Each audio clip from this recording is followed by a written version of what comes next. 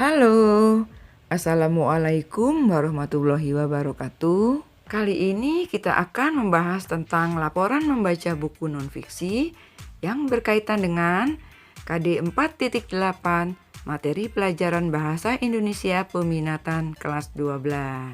Hal-hal apa saja yang perlu kamu ketahui sebelum kamu menulis laporan membaca buku nonfiksi? Pertama, pastikan kamu sudah membaca semua isi buku. Setelah kamu membaca semua isi buku dan memahami isinya dengan baik, hal yang perlu kamu lakukan adalah mencermati dan mengidentifikasi identitas buku tersebut. Identitas buku meliputi judul buku, pengarang, penerbit, tahun terbit, jenis buku, tebal halaman, harga, jenis kertas, dan sebagainya. Nah, identitas buku ini berisi data-data lengkap tentang buku yang akan kamu buat laporannya. Fungsi identitas buku itulah yang mempertajam bahwa laporan kamu memang benar-benar diambil dari buku tersebut.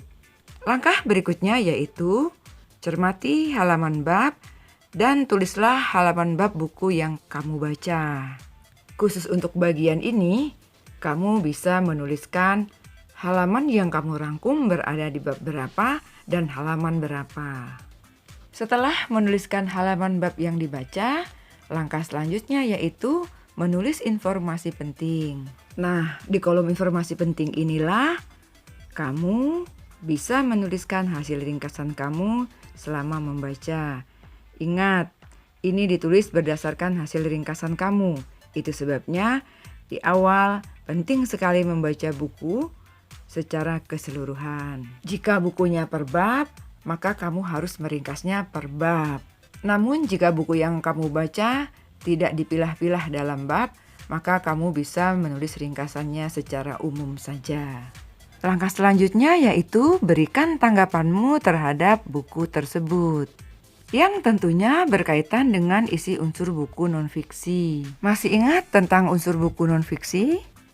Yaitu sampul buku, pokok bab buku, judul bab dan subbab, isi buku, cara menyajikan isi buku, bahasa yang digunakan, dan sistematika penulisan. Berikan komentar dan tanggapanmu tentang sampul buku. Selanjutnya, pada pokok bab buku, jelaskan apakah buku ini memiliki kata pengantar, dan jika ada, apakah keunggulan dan kelemahan dari kata pengantar tersebut. Selain itu, apakah buku ini memiliki latar belakang dan tujuan penulisan?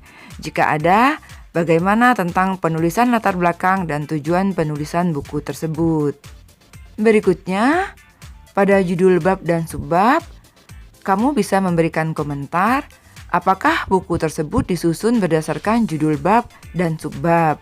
Berikutnya, untuk isi buku, kamu bisa memberikan tanggapanmu tentang bagaimana penulis menulis isi bukunya. Berikan tanggapanmu tentang bagian pendahuluannya, bagian utama atau isi, serta bagian penutup. Berikutnya, yang perlu kamu tanggapi adalah cara menyajikan isi buku.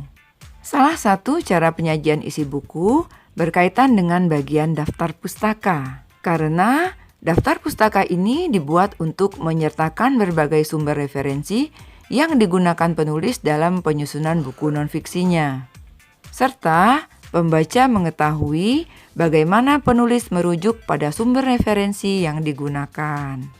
Berikutnya yaitu bahasa yang digunakan. Berikan tanggapanmu terhadap penggunaan bahasa yang digunakan oleh penulis dalam menulis bukunya. Misalnya, apakah banyak menggunakan bahasa-bahasa yang kurang dimengerti oleh pembaca. Selain itu, apakah buku ini dilengkapi dengan glosarium? Dengan memiliki glosarium, tentunya pembaca dengan mudah dapat mengetahui makna dari salah satu istilah yang digunakan oleh penulis. Berikutnya yaitu sistematika penulisan.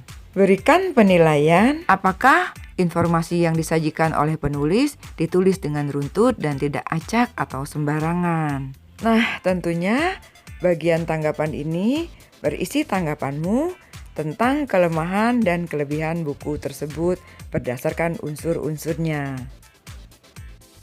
Nah, berikut ini contoh format dan bentuk laporannya.